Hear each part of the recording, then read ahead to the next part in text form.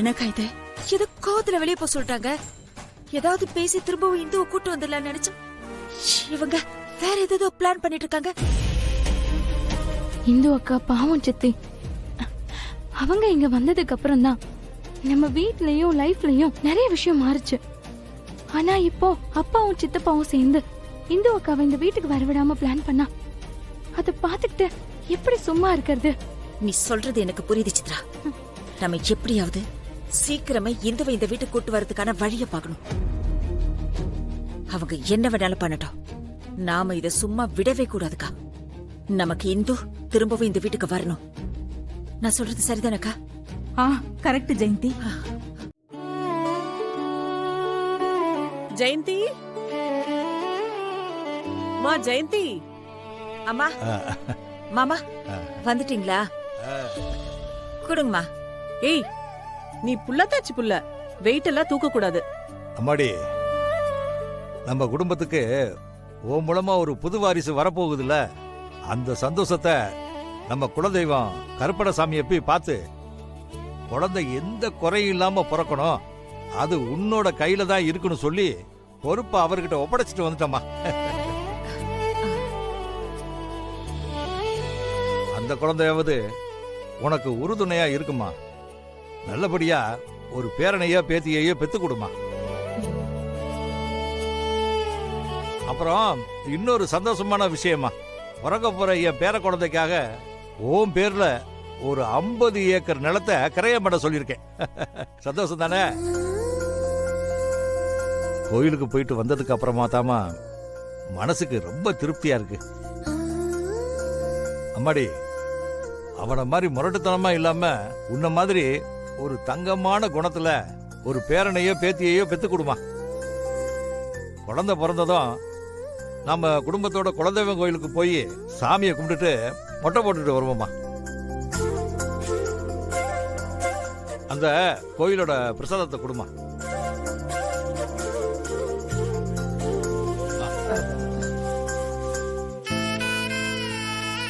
இந்தாம்மா, எல்லாருக்கும் இதை கொடுமா.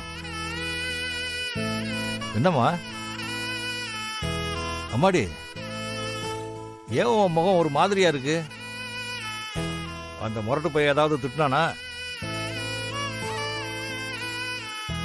எதையும் நீ மனசுல வச்சுக்காதம்மா, அவன் குணமே அப்படித்தாம்மா. குழந்தை பிறந்துட்டா எல்லாமே சரியாயிடுமா.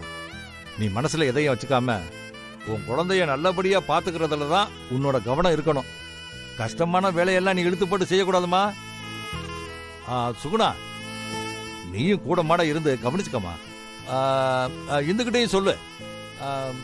ஆமா, இந்து எங்க? அவளை கூப்பிட நானே சொல்லிடுறேன். என்னம்மா, இந்து எங்க? ஏன் இவ்வளவு தயங்குறீங்க? இந்து எங்க? இப்ப யாராவது சொல்ல போறீங்களா இல்லையா? தாத்தா,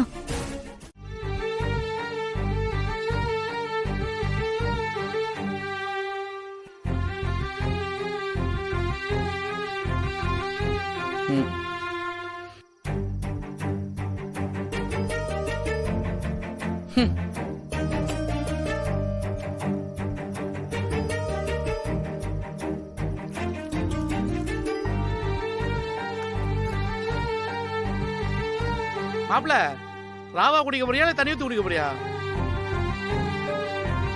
இல்ல ராவாவே அடி, ரொம்ப சந்தோஷமா இருப்பேல, ராவாவே அடி. டேய், என்னடா அது? நான் அதெல்லாம் வாங்கிட்டு வர சொல்லவே இல்லையே. நீயா வாங்கிட்டு வந்து சரக்கு அடிக்க சொல்ற? ஆமாப்ல, நீ ரொம்ப சந்தோஷமா இருப்பேல. ஏன்னா உன் வாழ்நாள்ல ஒரு மிகப்பெரிய சாதனை பண்ணிட்ட, அது கொண்டாடணும்ல.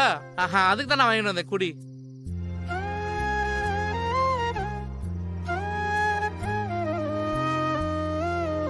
டேய், நான் என்னடா சாதிச்சேன்? என்ன பேசிட்டு இருக்க நீ? உள்ளுக்குள்ள நான் எவ்வளவு அவஸ்தைப்பட்டு இருக்கேன் தெரியுமா? ஒவ்வொரு நிமிஷமும் வேதனை அனுபவிச்சுட்டு இருக்கேன்டா.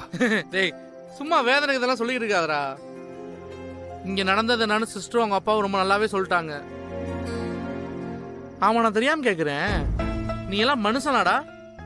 உனக்கெல்லாம் இதை சொல்லுவாங்களே, ஈவு இறக்க மனசாட்சி, இதுல ஏதாவது ஒன்னாவது இருக்கா? அப்படி இல்லைன்னா உனக்கு அண்ணன் வந்துட்டா மட்டும் உனக்கு அவ்வளவு விசுவாசம்? நான் ஆரம்பத்துல இருந்து சொல்லிக்கிட்டு இருக்கேன், நீ மட்டும்தான் விசுவாசம் காமிச்சுக்கிட்டு இருக்க. ஆனா அவங்க அதுக்கு தகுதியானவங்களே கிடையாதுடா. நான் சொல்ல போனா என் வாயை அடைச்சிருவ. ஆனா இப்போ அந்த விசுவாசம் உன்னை எங்க கொண்டு வந்து நிப்பாட்டி இருக்கு பாத்தியா? மாப்பிள, என் சிஸ்டர் உனக்காக எவ்வளவு பண்ணிருப்பாங்கன்னு கொஞ்சம் யோசனை பண்ணி பாரேன். நீ அவங்களுக்கு பண்ணிருக்க, நான் இல்லைன்னு சொல்லல. 2 பேரும் ஒண்ணுக்குள்ள ஒண்ணா நல்லா தான்டா இருந்தீங்க.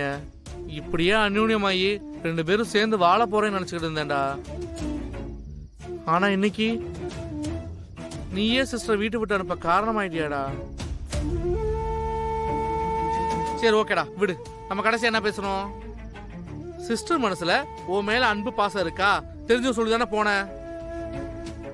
போனவன் அப்படி தலையிலா மாறி சிஸ்டர் வீட்டு விட்டு அனுப்ப காரணமா இருந்திருக்க. கொஞ்சம் கூட நினைச்சு பார்க்கலாம் நீ இப்படி பண்ணுவேன்னு. பாவண்டா சிஸ்டர், அவங்க மனசு எவ்வளவு வேதனைப்பட்டிருக்கும்.